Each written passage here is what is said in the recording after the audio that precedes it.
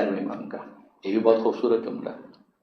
امام فرماتے ہیں کریم کا انعام محبوب بناتا ہے، کہ انعام اگر مل رہا ہے تو کس سے مل رہا ہے، گفٹ اگر مل رہا ہے تو کس سے مل رہا ہے، فیور اگر مل رہا ہے تو کس سے مل رہا ہے، ہدیہ اگر مل رہا ہے تو کس سے مل رہا ہے۔ ایک دینے والا وہ ہے کہ جو کریم ہے، واقعاً جنرس ہے، واقعاً بردبار ہے، بااخلاق ہے، کہ کریم کا انعام محبوب بناتا ہے اور ذلیل کا احسان ذلیل بناتا ہے۔ اور کوئی نہیں ملا تھا، اسی سے لیا۔ یہ ایون ادھار کے معاملے میں بھی یہ ایک وہ شخص ہے کہ جسے ادھار لیتے ہوئے بھی انسان اپنے آپ کو ذلیل محسوس نہیں کرتا ہے، اور ایک وہ ہے کہ نہیں، اسے لینے کا مطلب یہ ہے کہ کل اخبار کے اندر تو اس نے اشتہار دے ہی دینا۔ انسان اس موقع پر بھی سوچے، تو ایون اگر وہ فیور یا انعام بھی اگر لے رہا ہے تو اس کو یہ دیکھنا چاہیے کہ وہ کس سے لے رہا ہے۔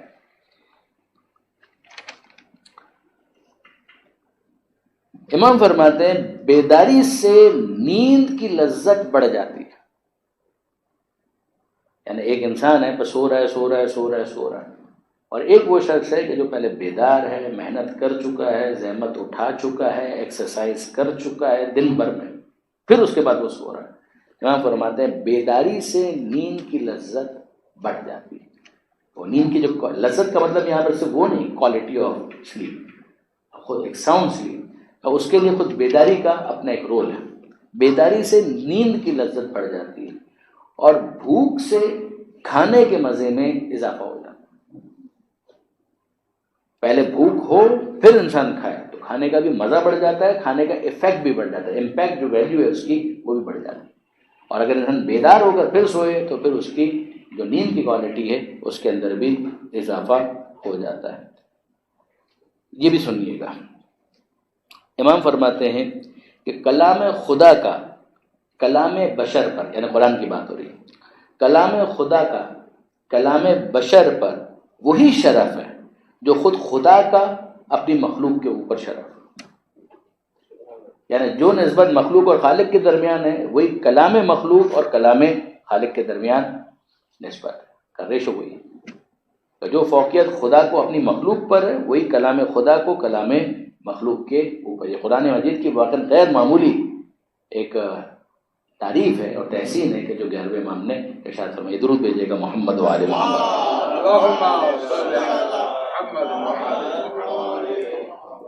ایک اور جملہ فرماتے ہیں کہ تواضع کی ایک قسم، آپ سنتے ہیں متواضع ہے، تواضع تواضع تواضع، تواضع کی ایک قسم یہ ہے کہ جس کے پاس سے گزرو اسے سلام کرو، یہ انتظار مت کرو کہ وہ سلام کرے۔ اور تواضع کی ایک قسم یہ ہے کہ جس کے پاس سے گزرو، قطع نظر اس سے وہ چھوٹا ہے بڑا ہے، تمہارا اسٹیٹس زیادہ ہے اس کا اسٹیٹس کم ہے، کچھ بھی، تم سلام میں پہل کرو۔ یہ یقین کیجئے تکبر کو توڑنے کے لیے بھی بہت اچھا ہے، غرور کو توڑنے کے لیے، ایروگنس کو کل کرنے کے لیے یہ بہت اچھا ہے کہ انسان خاکسار بنے، سلام میں پہل کرے۔ امام فرماتے ہیں تواضع کی ایک قسم یہ بھی ہے کہ جس کے پاس سے گزرو اسے سلام کرو، اور مجلس میں بلند ترین مقام پر نہ بیٹھو۔ ایک تو مجبوری ہے، مثلا تقریر کرنے کے لیے ممبر پر جانا پڑے، وہ ایک الگ چیز ہے، لیکن یہ کہ ویسے ہی ایک انسان کی تمنا اور خواہش ہو جب وہ جائے کسی جگہ پر تو اسے بلند جگہ پر بٹھایا جائے گا، کہ نہیں، یہ تواضع کے خلاف۔ تواضع کی ایک قسم یہ ہے کہ جب کسی کے پاس سے گزرو سلام کرو، اور جو مجلس میں بلند ترین مقام ہے اس پر نہ بیٹھو۔ اچھا، اسی کے ساتھ ملا لیجیے اس جملے کو بھی، امام فرماتے ہو یقین جانیے کہ یہ جملہ بڑے بڑے سوسائٹی کے مسائل کا حل ہے۔ کیا فرماتے ہیں؟ جو کسی مجلس میں، مجلس کا مطلب ہوتا ہے نشست، بیٹھک، کہیں پر بھی ہو۔ اچھا، اس میں ضروری نہیں ہے کہ ریلیجس گیدرنگ، فارمل گیدرنگ ہو، نہ، عید کے موقع پر آپ جمع ہوئے، رشتہ دار جمع ہوئے، دوست جمع ہوئے، احباب جمع ہوئے، گاڑی کے اندر کون کہاں پر بیٹھے گا، یہ پروٹوکول کے ایشوز ہیں۔ بعض معذرت جس کے اوپر لڑائیاں ہو جاتی ہیں، جھگڑے ہو جاتے ہیں، آگے کون بیٹھنے والا ہے اس کے اندر۔ البتہ آگے آپ لوگ کہہ رہے ہیں بعض گیدرنگز کے اندر تو یہ ہے کہ جو آگے بیٹھے گا وہ بل بھی وہی پے کرے گا۔ اچھا، اب یہ اس کے اندر کیا ہے، مثلا شادی کا موقع ہے، شادی کا فنکشن ہے، اور شادی کے فنکشن میں مثال کے طور پر بھائی میں اپنے رشتے کے اعتبار سے یہ مرتبہ رکھتا ہوں کہ مجھے یہاں بٹھانا چاہیے۔ بعض معذرت خواتین محسوس نہ کرے، لیکن یہ کہ یہ مسائل خواتین میں بھی بہت زیادہ ہوتے ہیں کہ میری وہ جگہ تھی، مجھے وہاں پر نہیں بٹھایا ہے، اور جس کی وجہ سے پھر بولی چال بند ہو جاتی ہے، مہینوں اور سالوں گفتگو نہیں ہو رہی، بات نہیں ہو رہی، آنا جانا بند ہو گیا۔ امام کیا کہہ رہے ہیں؟ جو کسی مجلس میں اپنے مقام سے کم پر راضی ہو جائے، صرف بیٹھ نہ جائے، راضی ہو جائے، دیکھیے دو الگ الگ چیزیں، ایک تو ہم نے برداشت کیا نہ، امام کہہ رہے ہیں جو کسی مجلس میں اپنے مقام سے کم پر راضی ہو جائے، اس پر اللہ اور ملائکہ کی طرف سے مسلسل رحمت کا نزول رہتا ہے جب تک مجلس ختم نہ ہو۔ اس کا رائٹ تھا، یہ بھی نہیں کہا جا رہا ہے کہ اس کا رائٹ نہیں تھا، تھا اس کا رائٹ، یعنی اس کے اس رشتے اور وقار کے اعتبار سے اس کو وہیں پہ بٹھانا چاہیے تھا، نہیں بٹھایا، اور نہ بٹھایا اس نے اس کو اگنور کر دیا، اور نہ فقط اگنور کر دیا بلکہ اس پہ راضی ہو گیا، کوئی بات نہیں، کوئی مشکل نہیں، دوسرے خوش ہیں، کوئی بات نہیں۔ یہ وہ چیز ہے کہ جس کے لیے امام فرما رہے ہیں کہ اگر وہ یہ اعلیٰ ظرفی دکھانے کے لیے تیار ہے تو جب تک وہ نشست ہے، جب تک یہ برخاست نہیں ہو جاتی ہے، جب تک لوگ ڈسمس نہیں ہو جاتے، ڈسپرس نہیں ہو جاتے، اس وقت تک اللہ اور ملائکہ کی طرف سے مسلسل رحمت کا نزول اس پر ہوتا رہتا ہے کہ اس نے کوئی فساد کریٹ نہیں کیا، اس نے اعلیٰ ظرفی کا، بڑے پن کا ثبوت دیا۔ درود بھیجے گا محمد و آل محمد۔ یہ ان 50 جملوں میں سے کچھ جملے تھے کہ جو میں نے آپ کے سامنے گزارش کی، باقی آپ کتابوں کے اندر دیکھیں گے تو آپ کو مزید بھی امام کے اقوال مل جائیں گے۔ تو یہ بھی ذہن میں رکھیے گا کہ اس زمانے میں جو 11ویں امام کا زمانہ ہے، اس زمانے کے اندر یعنی حیرانی ہوتی ہے کبھی کبھی، جیسے کہ اگر آپ امامت کا پیریڈ دیکھیں، زندگی خود مختصر ہے 28 سال، پھر اس کے بعد امام کی جو امامت کا پیریڈ دیکھیں وہ بھی بہت مختصر ہے، 254 ہجری میں 254 کے اندر ہمارے 10ویں امام کی شہادت ہوئی ہے، اور 260 کے اندر خود 11ویں امام کی شہادت ہو گئی اسی سامرہ میں، تو کل ہارڈلی 6 سال اور کچھ دن اور کچھ مہینے یہ بنتے ہیں، تو 6 سال ایک مختصر زندگی ہے امامت کے اعتبار سے بھی، اور 28 سال ویسے ہی مختصر زندگی ہے بطور مجموعی۔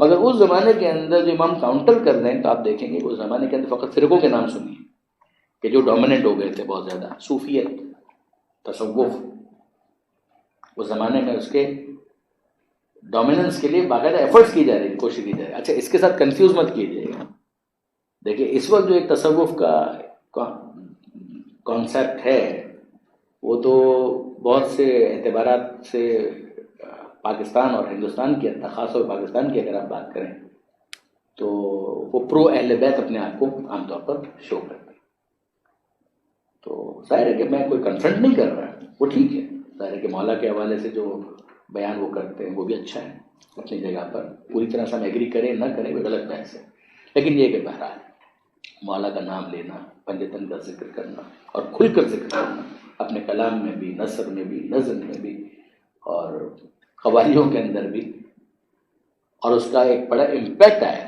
یعنی تھرو آؤٹ، اگر یہ خود اپنی جگہ ایک مستقل موضوع ہے کہ جس پر میں نے کافی غور و فکر بھی کیا ہے، اس لیے میں عرض کر رہا ہوں کہ مثلا پاکستان کے اندر وہابیت کو کاؤنٹر کرنے کے لیے صوفیہ کا بہرحال ایک رول رہا ہے، اسے انکار نہیں کیا جا سکتا۔ یعنی جس زمانے میں اپنے ٹین ایج کی بات کروں کہ کراچی شہر کی بلکہ پورے پاکستان کے اندر جو دیواریں تھیں وہ کالی ہو گئی تھی، کافر کافر شیعہ کافر، کافر کافر شیعہ کافر، اور یہ علی کے نشر کے اور فلانا اور یہ ساری چیزیں، اس زمانے میں ایک طرف ہماری مجلسیں تھیں، یعنی شیعوں کی طرف سے جو اس کو کاؤنٹر کیا گیا وہ مجلسوں کے ذریعے سے، اور بے شک جتنی بھی ہم اصلاحات کی بات کریں مگر اس زمانے کے اندر بھی ان مجلسوں نے بڑا رول پلے کیا، بہت بڑا۔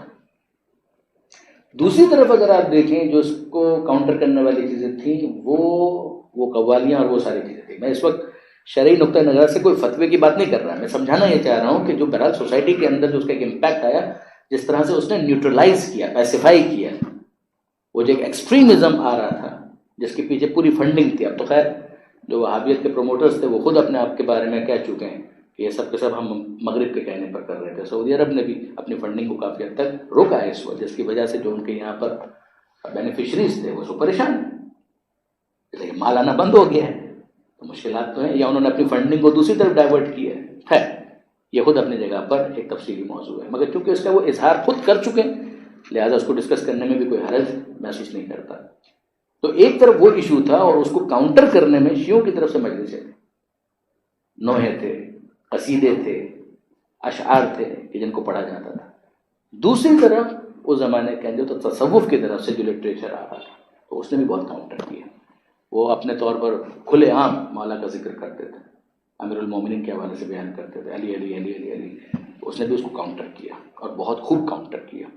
تو اس وقت ایک جو پوزیشن ہے, میں پھر کہہ رہا ہوں کہ اس کے اندر کچھ غلطیاں ہو سکتی ہیں, ہمارے اختلافات بھی ہو سکتے ہیں, حلال حرام کے مسائل بھی ہو سکتے ہیں, مگر بہرحال اس وقت جو تصوف ہے یہ بالکل اس کو اسی طریقے سے کہنا کہ جیسا اس زمانے کے اندر تھا, نہیں, فرق ہے, بہت فرق ہے.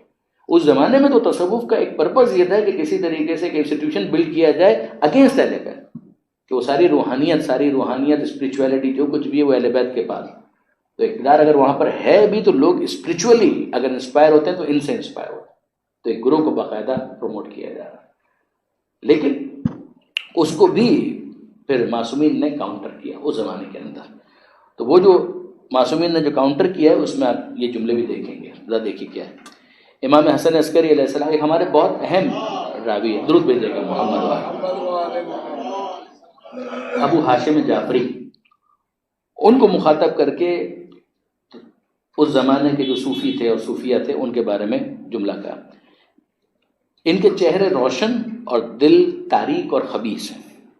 سنت ان کے نزدیک بدعت اور بدعت سنت, یعنی ایک متوازی ایک دین ہے کہ جو انہوں نے قائم کر لیا. پھر فرماتے ہیں مومن ان کے درمیان حقیر ہے اور فاسق محترم. ان کے عمرا جاہل ہیں اور علماء درباری. ان کے مالدار چور ہیں اور بچہ بڑوں سے مقدم. جاہل ان کے یہاں باخبر شمار ہوتا ہے اور ہیلا گر فقیر. انہیں مخلص منافق بکری بھیڑیے کا فرق بھی معلوم نہیں ہے. یہ ہمارے دشمنوں کی محبت رکھتے ہیں اور ہمارے دوستوں کو گمراہ کرتے ہیں. یہ دراصل مومنین کے رہزن ہیں اور ملحدین کے دائی. ان سے پرہیز کرنا اور اپنے دین کا بچا کر رکھنا واجب ہے. یعنی وہ کہ جو اہل بیت کے مقابلے پر, سیدھی سی بات یہ آپ نے غور فرمایا.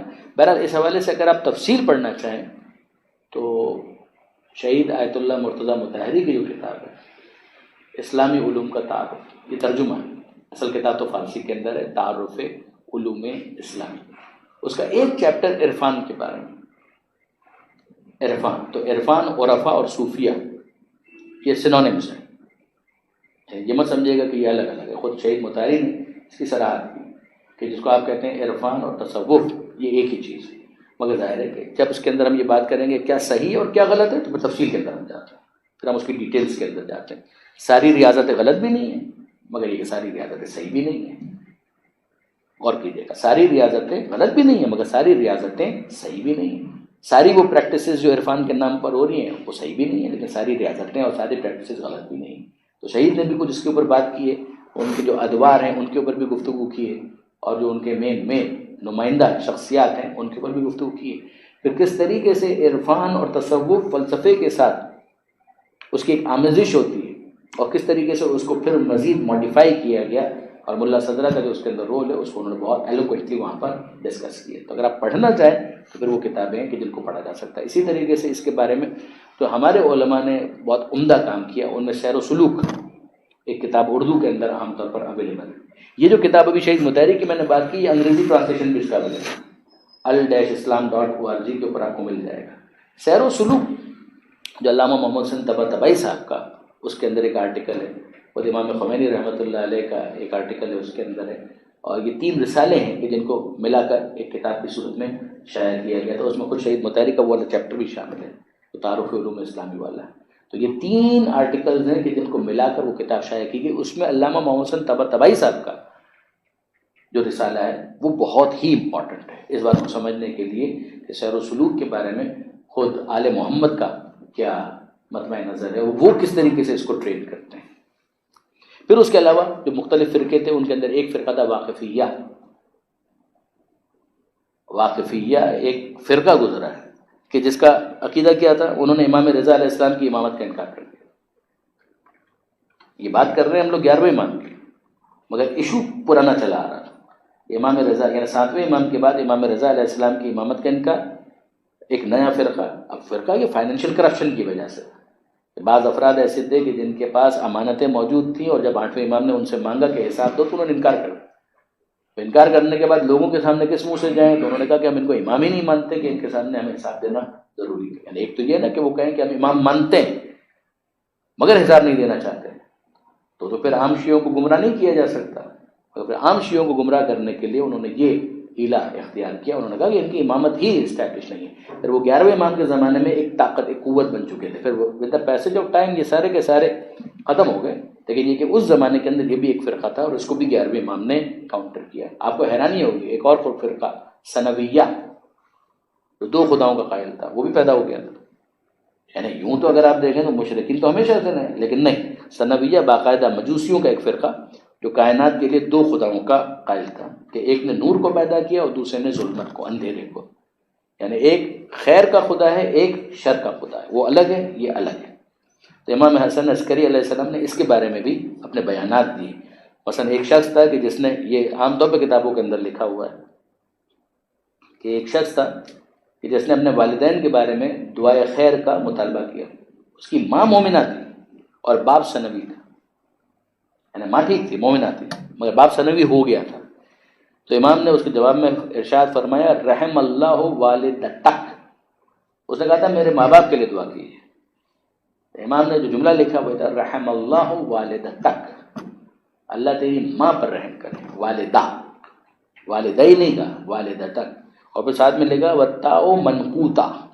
یہ جو میں نے یہاں پہ لکھا ہے تو یہ مت سمجھنا کہ یہ ہے، یہ نہیں ہے، یہ تے ہے. جو اس کے اوپر نقطہ ہے وہ موجود ہے اوپر کی طرف، منقوط تا. اس لیے کہ بہرحال جب وہ 2 خدا کو ماننے والا ہے تو مشرک ہونے کے بعد وہ اس قابل نہیں ہے کہ ہماری دعائیں اس کے شامل حال. اس کے لیے ہدایت کی تو دعا کی جا سکتی ہے، جنت کی دعا نہیں کی جا سکتی. اسی طریقے سے ایک اور فرقہ مفوضہ، یہ بھی اس زمانے کے اندر طاقت پکڑ رہا تھا. یہ شیعوں ہی کے اندر ایک پرابلم آ گئی تھی. انہوں نے کہا کہ خدا نے آل محمد کو پیدا کیا اور خود سسپینڈ ہو گیا، معاذ اللہ ریٹائر ہو گیا. کہا کہ یہ نہیں، خدا نے ہدایت کے لیے آل محمد کو رکھا ہے، فیض کا واسطہ بنا کر آل محمد کو رکھا ہے بے شک، لیکن یہ تو نہیں ہے کہ پروردگار عالم اس کی قدرت معطل ہو گئی یا خدا ختم ہو گیا، نعوذ باللہ من ذالک. ایسا کچھ بھی نہیں. اسی لیے آپ دیکھیں گے کہ ایک اس عقیدے کا حامل شخص جب آیا تو امام نے اس کو دیکھتے ہی قرآن مجید کی آیت پڑھی عباد مکرمون، ہم اس کے بندے ہیں. قرآن کی آیت ہے عباد مکرمون لا یسبقونہ بالقول وہم بامرہ یعملون. یہ فرشتوں کے بارے میں بھی آیا. امام نے اس وقت اپنے آپ کو اس کے مصداق کے طور پر پیش کیا کہ عباد مکرمون، خدا کے عزت دار بندے ہیں مگر ہیں بندے. مکرمون عزت دار لیکن ہیں بندے. لا یسبقونہ بالقول وہم بامرہ یعملون، اس کی بات پر ہم کوئی سبقت نہیں کرتے اور جو اس کا حکم ہو اس کے مطابق عمل کرتے ہیں. تو امام نے اس کی بھی رد کی. پھر یہ اسحاق کندی کا واقعہ تو آپ سنتے رہتے ہیں، میں اس کو بیان بھی نہیں کر رہا، صرف اشارہ کر رہا ہوں. جو فلسفیوں کی ایک نمائندہ شخصیت تھی اسحاق کندی، جس نے وہ کتاب لکھنا شروع کی تھی تناقضات القرآن، اور اس کا امام نے پھر جواب دیا تھا. پھر اس کے بعد وہ جاسلیق نصرانی، یعنی عیسائیوں میں بھی ایک نمائندہ شخصیت. جاسلیق تو ان کا ٹائٹل ہے، جاسلیق یعنی عیسائیوں کا بڑا پادری، پریسٹ. تو اس نے وہ ایک نبی یا ولی کی ایک ہڈی کہیں سے اس کے ہاتھ لگ گئی تھی کہ جب وہ آسمان کی طرف اپنے ہاتھوں کو پھیلاتا تھا تو بادل سمٹ کر آتے تھے. تو وہ کہتا تھا کہ دیکھ لو کہ میرے ہاتھ پھیلانے پر بادل کس طرح سے سمٹ کر آتے ہیں. تو اس بات کی دلیل ہے کہ میرا مذہب اور میرا دین سچا ہے. جس پر امام نے متوجہ کیا کہ یہ اس کے ہاتھ میں موجود وہ دبی بھی استرخوان ہے، وہ بون ہے کہ جو نبی یا ولی کی ہے، اور اس کی یہ کرامت ہے نہ کہ اس کے ہاتھوں کی کرامت ہے. لہٰذا اگر یہ ہڈی ہٹا لی جائے اب اس سے کہو کہ اپنے ہاتھوں کو پھیلائے تو کچھ بھی نہیں ہوگا. یہ پروردگار کی طرف سے تعظیم ہے، عزت ہے اس ہڈی کی کہ جو کسی نبی اور ولی کی تھی. تو بہرحال اس طریقے سے بہت ساری چیزیں ہیں کہ جس کو اس مختصر پیریڈ کے اندر 6 سال ہارڈلی، مگر آپ دیکھیں ان چند صفحات کے اندر بھی یہ اتنا میٹر ہے کہ جس کو اگر ڈسکس کیا جائے تو شاید ابھی ہم نے پورا ڈسکس نہیں کیا ہے، 2 گھنٹے اور ہو سکتے ہیں اس کے اوپر. تو 11ویں امام کی زندگی بھی واقعی اس قابل ہے کہ اس کے اوپر بہت محنت کی جائے، پڑھا جائے. چند کتابیں ضرور آپ کی خدمت میں عرض کروں گا.